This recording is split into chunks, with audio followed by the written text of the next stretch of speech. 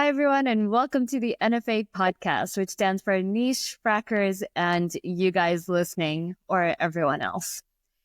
Today, I'm really excited to talk to you guys about all the crypto news this week. And instead of giving you two tokens that we're looking out for, two stocks in case of Michiel Frackers, we're going to give you a deep dive into investing versus trading. Stop making me laugh.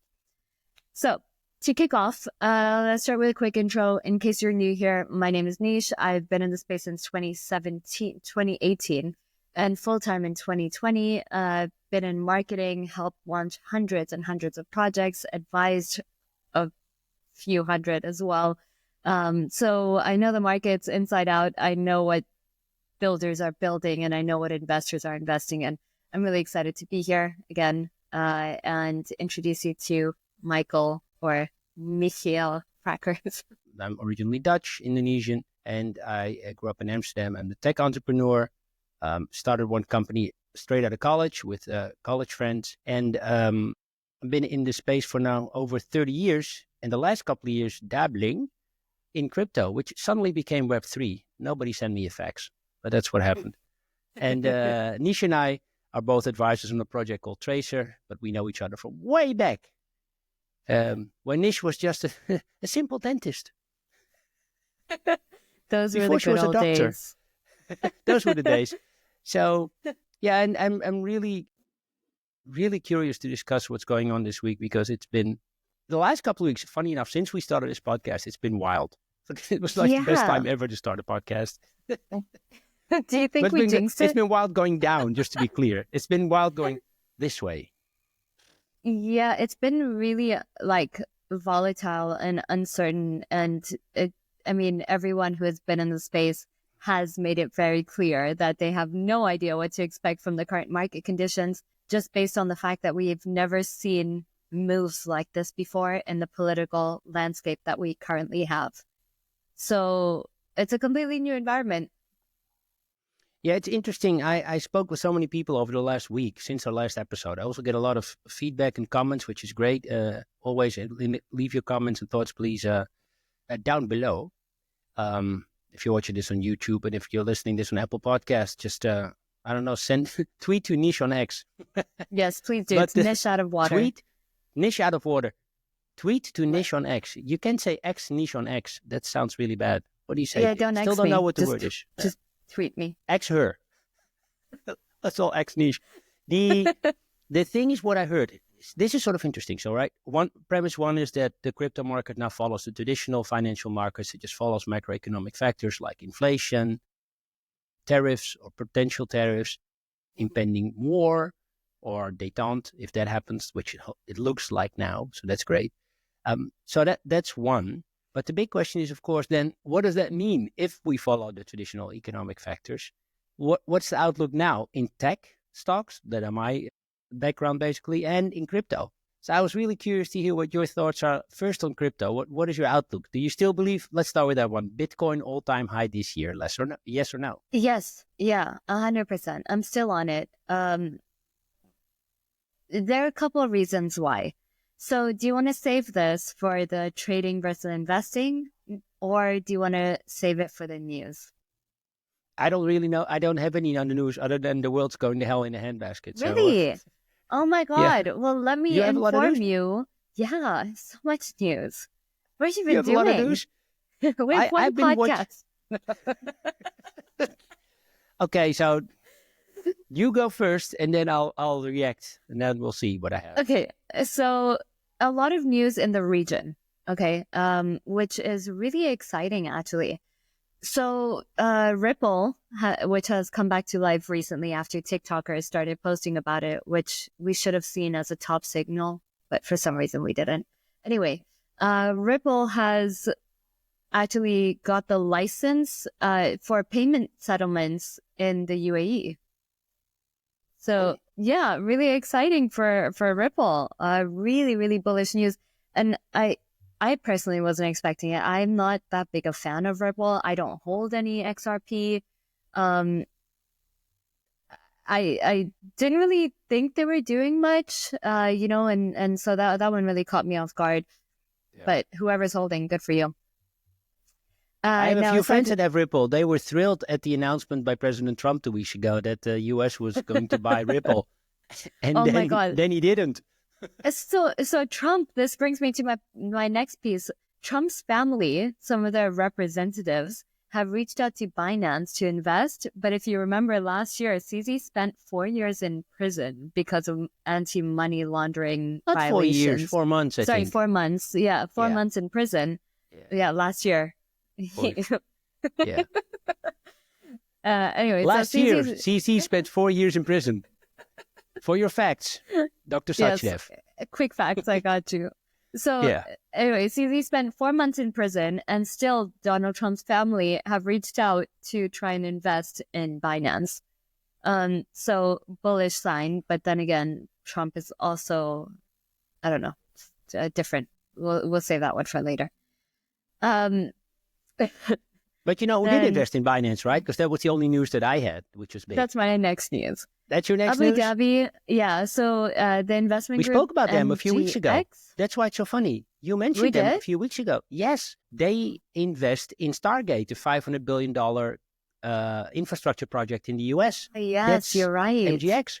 And now we said that these guys are so active. And the Wall Street Journal called him the spy sheik, which was really borderline racist, except he is a sheik. Yeah. But he apparently that leader whose name I just can't pronounce properly, so I won't attempt it, is the one who runs MGX, the investment fund. So they invested in? They invest in Binance. $2 billion. I know, it's such a big amount. Billion. But imagine what it's going to do. So the region has so much news. And the last one, which again is regional, is Emirates NBD, is, the main bank here in the UAE. They're launching crypto trading through their digital arm. I mean, it's and they've partnered with a firm that I know personally called Aqua Now. They're actually one of the clients at the agency I used to work at. It's so exciting, and imagine this all in the last week. So we have Abu Dhabi's investment into Binance, the $2 billion investment into Binance. We have Ripple, which is a craziest story for me, that they actually bagged the license to offer crypto payments in the UAE. Third is that the payments utility, like the stablecoin adoption in the UAE, is set to explode. And now with Emirates NBD also launching crypto trading through their digital arm, it's so much bullish news. So for Ripple, it's not so strange though, because it's a well-run company. Ripple and XRP obviously closely related, which is one of the reasons why people in crypto don't like it. But for a regulator, it makes sense to give them a lot of space to move because it's a well-run company. So I think I'm just surprised that it's not someone like Tether, or because Tether, this clearly is because Tether, there are more questions about the reserves. And if there's really a dollar backing every USDT. Do you think that there's a dollar backing every USDT? That's why I don't have any Tether. I doubt it. Okay. And I would love to see it and see it on chain, preferably.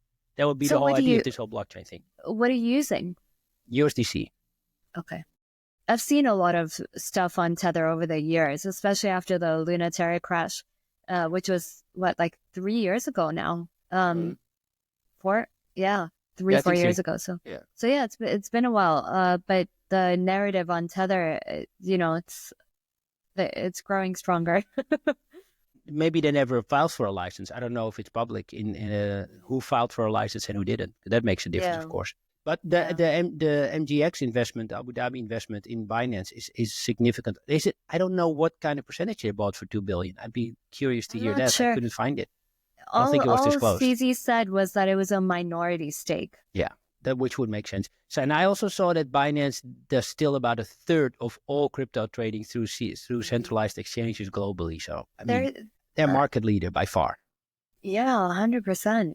And they've really been through the ringer, but they're also one step ahead of the game. They change location so often with their main licensing location, because of what they hear. And sure enough, within 6 months, regulations change. Yeah, the funny thing is that the guy that now runs Binance, Richard Tang, used to, I think, work for the Bahrain entity regulator, but definitely for Singapore. I think he's originally Yeah. Singaporean and works Yeah. for MAS, which is a very strict regulator in Singapore that I had some dealings with, and I know they're very, very thorough. So it's interesting.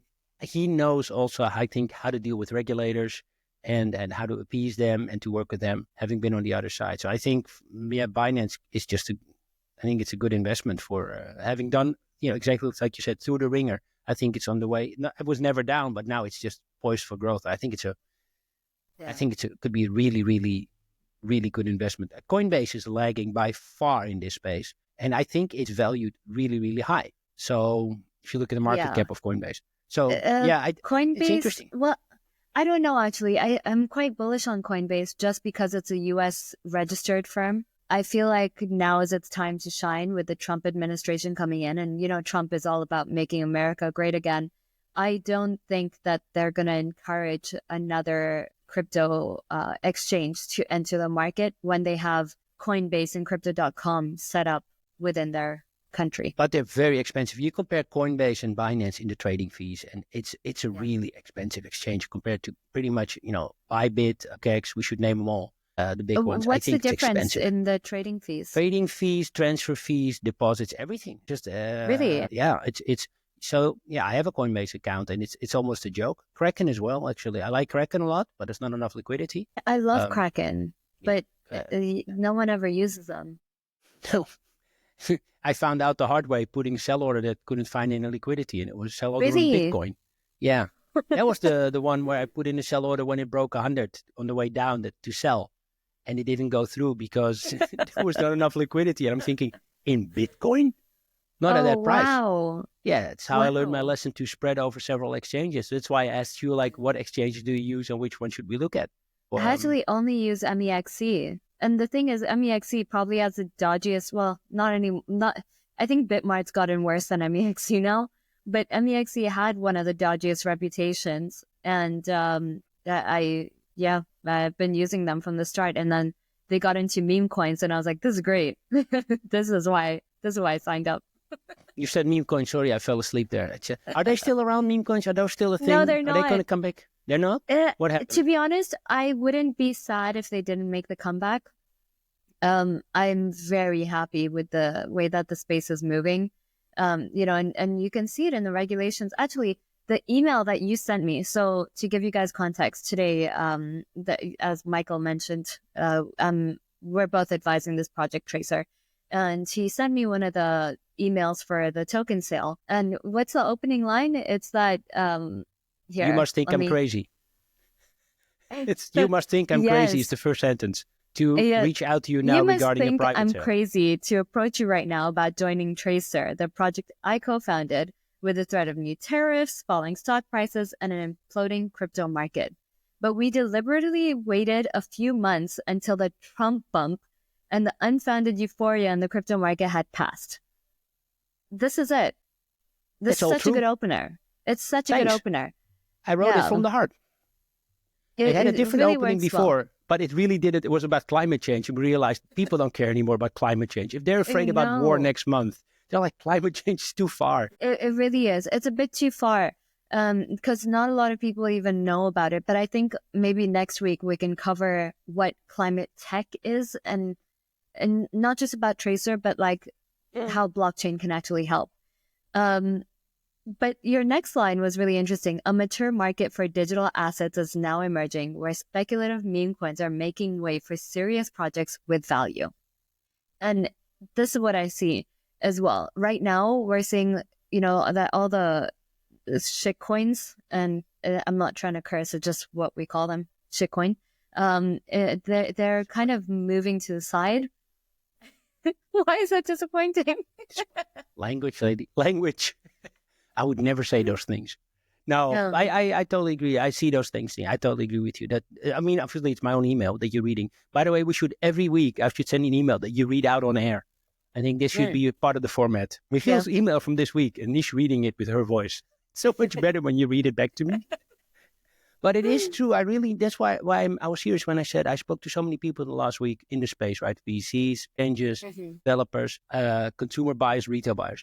And everybody in crypto sort of thinks, and I find that very interesting, that this is not the end at all, it's actually bottomed out from unfounded exuberance in the last, 5-6 months, basically since the elections, but already in the run up to the elections. So there is this belief that it has bottomed out. Although some people say it could, like Bitcoin could go down a little more, and there's probably some more room in the altcoins to go down. But in general, it looks like, this is sort of it. And everybody's still expecting it to go up. And this is the interesting part, part I heard from a hedge fund manager, not directly, but through a friend who spoke to that hedge fund manager, very big one, that at the hedge fund, it's so interesting, senior management, the old farts, if you say shitcoin, I can say old farts. The old farts are now asking, like, the rest of the team, like, hey, we should really get into crypto. We cannot afford not to have exposure to the space. So they're doing it defensively, which is completely flipped, from 2 years ago when they would say, like, oh, that's too risky. Now it's flipped the script. Now they're like, we have to be in that space because otherwise clients are going to leave us. Clients are asking hedge fund managers to have exposure to crypto. So yeah, I'm long-term still very bullish, and probably more now than I was a month ago, because then we were still waiting for the correction. And now the correction is happening, and it's sort of done. And there's been a massive shakeout, which brings me to the next segment here. So I want to talk about trading versus investing. And I'm sure that you've got a lot of this. I know I have, especially now being back in school. A lot of people are like, oh my God, these Bitcoin's down. And I'm like, yeah. And they're like, what do you mean? So I just want to, firstly outline the difference between trading and investing. I want to also talk about where you stand, where I stand, and what other people should look out for on each side. Okay, you go first.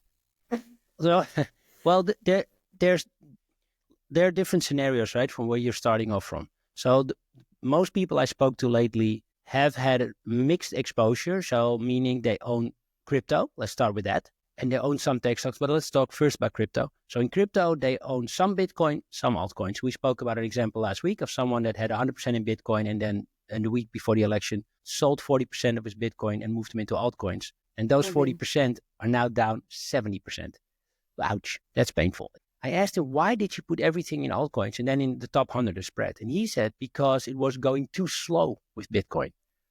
And that, I found that shocking. Then I can tell I'm so old, because I realized Bitcoin went in 10 years. I remember, so when I first got in, we spoke about this. So let's be realistic, 2012, 2014. And I came back in when it was... old. I'm old. I just look young, but I'm very old. But then I got back in when it was 9,000. So let's start with that. Let's go with the 9,000 point, 2016, 2017. It's not even 10 years ago. It's now at 82. Which other asset class has gone from 9,000 to 82? Okay, so there were some ups, back to 17. It gone up to, there was an all-time high at 17, back under 10, up to 110, now at 82. But if you just look at the 9,000 to 17 that this guy went through that I spoke, he went in when it was 9. Why is that too slow? What do you think? What is your expectation then? It's unrealistic. Why did you sell at 300 and not keep any? One, I'm a lot more stupid than I make it sound. That's one. Let's start with that. Yeah, that's why I got out. But this expectation that people have, when you go in at 9,000 and 8 years later, it's at 82,000 and you think it's too slow? What is your expectation? I mean, it just, that everything is like NVIDIA? Gotta be more realistic. Over the course of 9 years? Yes. You're talking about a consistent return on your investment, Yeah, okay, it has its up and down, but like when you zoom out, it's a pretty steady chart. And that's the second scenario that I have. For those people that are not yet in crypto and for those that got out, when do you actually get in? That's my question to you. That's such a tough, we've been debating it with friends all week. You can't time the top and you can't time the bottom. You just can't. I say this almost every episode, but set a target price and dollar cost average. That's the only way to go about it. If it goes down, it's okay. You kind of meet halfway. If it goes up, it's okay. You meet halfway.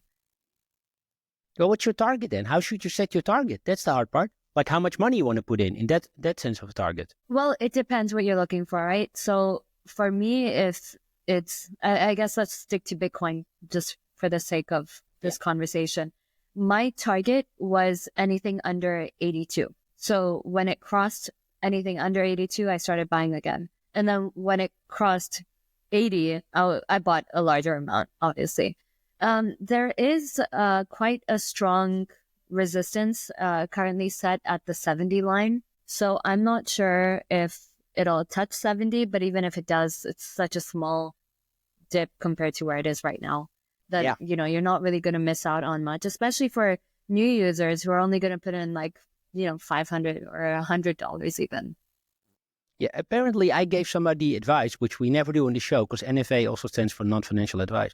But apparently I gave a friend a tip years ago for his kids to buy a few hundred a month. But long story short, if you as a parent, like my friend did, for a few hundred a month, whatever you can share, like it sounds kind of weird, pocket money. When your kids are born, they give them pocket money, and you would have put it in Bitcoin. It's like dollar cost averaging every month for both kids, each $200 is what he did. So $400 in total per month.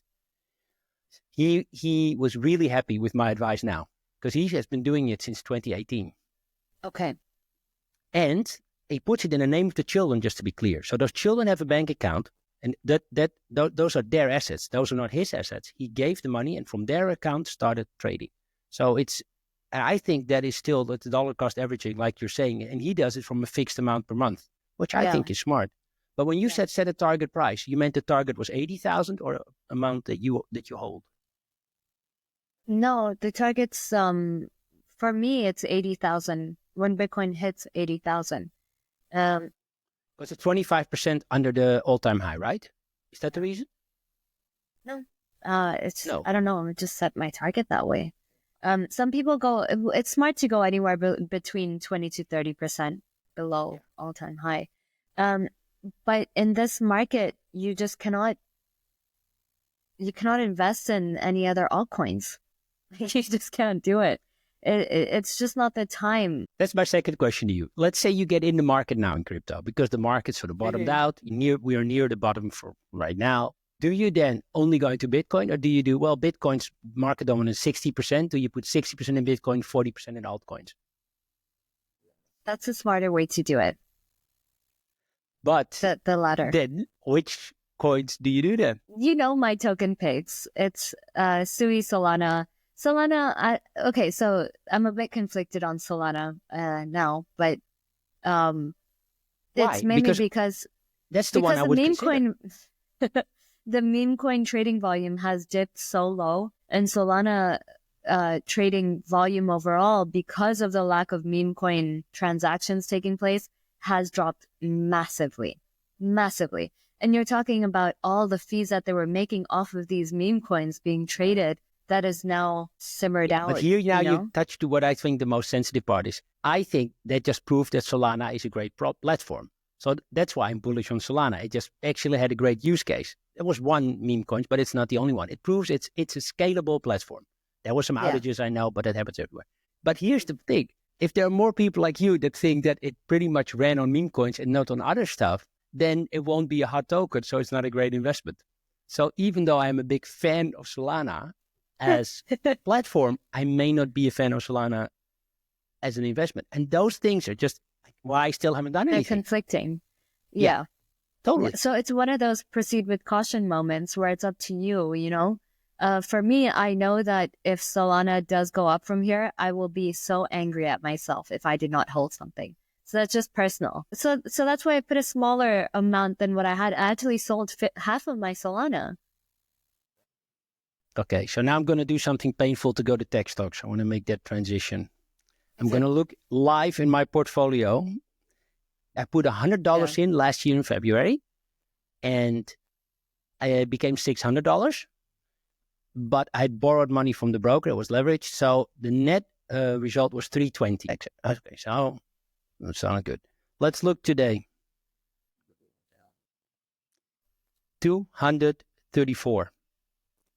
So I've lost 1/3 of the value that it was 1 month ago. 1/3. Which you in crypto going like, that's nothing. I got an email today from the Wall Street Journal. It's called The Challenge. The challenge is called The Challenge. Wall Street Journal, not so great at branding. You can tell they don't need it. The challenge is called The Challenge. Step 1, checkup. Log into your account and look at how many days you sold this year. Note that number down. Step 1. Note down the number of days you traded. I know because it was only one. I only sold Supermicro. Yeah. 2, look up your stocks or your crypto, your assets. Did your stocks or stock funds go up or down after you sold? So I will do that for Supermicro. Then step 3, calculate your returns. Calculate how much you would have made if you hadn't sold. And here's the kicker. It says here, JP Morgan Asset Management calculated that a $10,000 investment in an S&P 500 index fund would have been worth $32,000. So you put in 10, would have been $32,000. If you did nothing between 2000 and 2019, just do nothing and get basically 3 times your money. I think that's the hardest part, though, is sitting there and doing nothing, right? Listen to this. If you missed the 10 best days, it would leave you with 16,000 instead of 32,000. Sneaky. That's a fun one. Yeah. So I'm going to do that for my stock because I have to be honest. I started this last year. I should now ride this through and see 100%. What I do. Yeah, for sure. Can you do it for your crypto? It's just the time for the challenge is 1 hour. I think I've traded so many meme coins that I wouldn't even know which. Someone started copy trading my wallet, so I created a new one because I didn't want to be responsible for them losing money. So then we still get back to the question: if you don't want to do the challenge, right? You don't because it's undoable. Basically, for you, it would be more than an hour.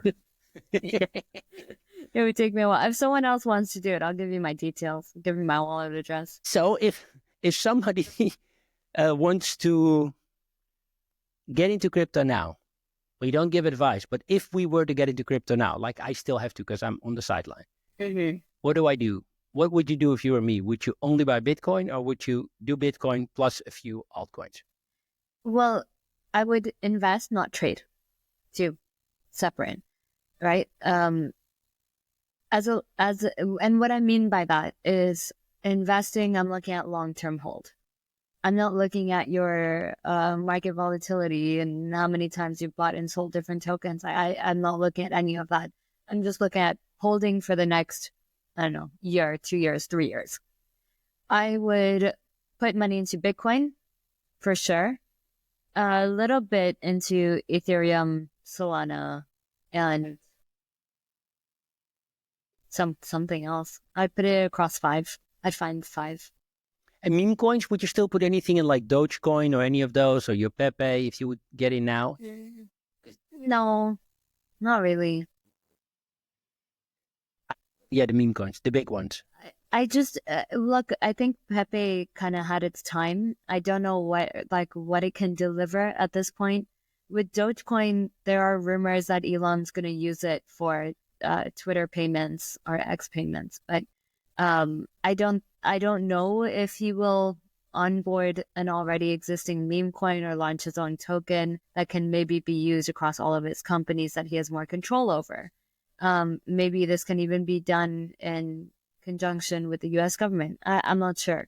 So at this point, because I'm looking at a long-term hold, meme coins are just out the question.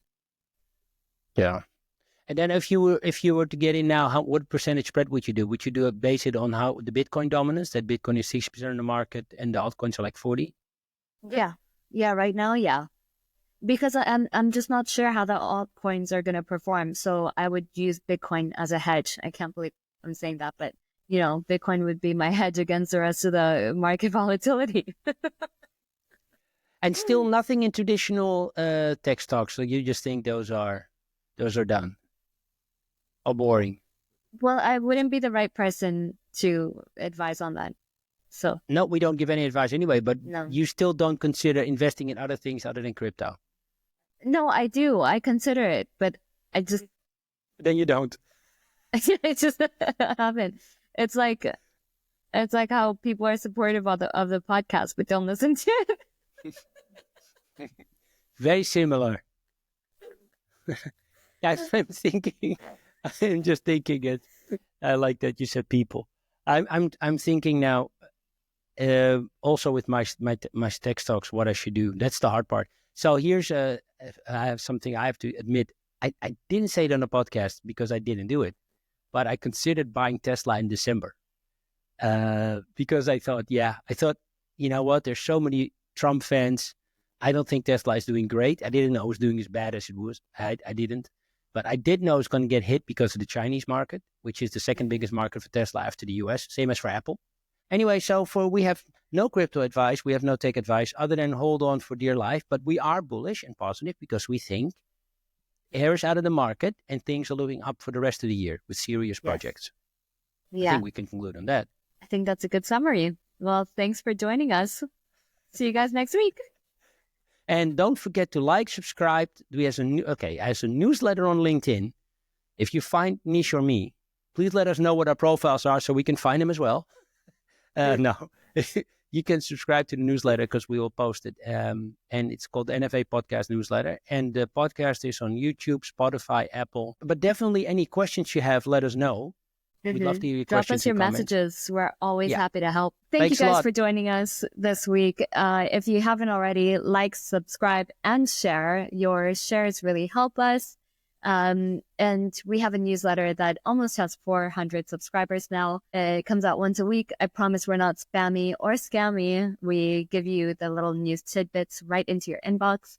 And yeah, see you next week. Thanks. You're welcome.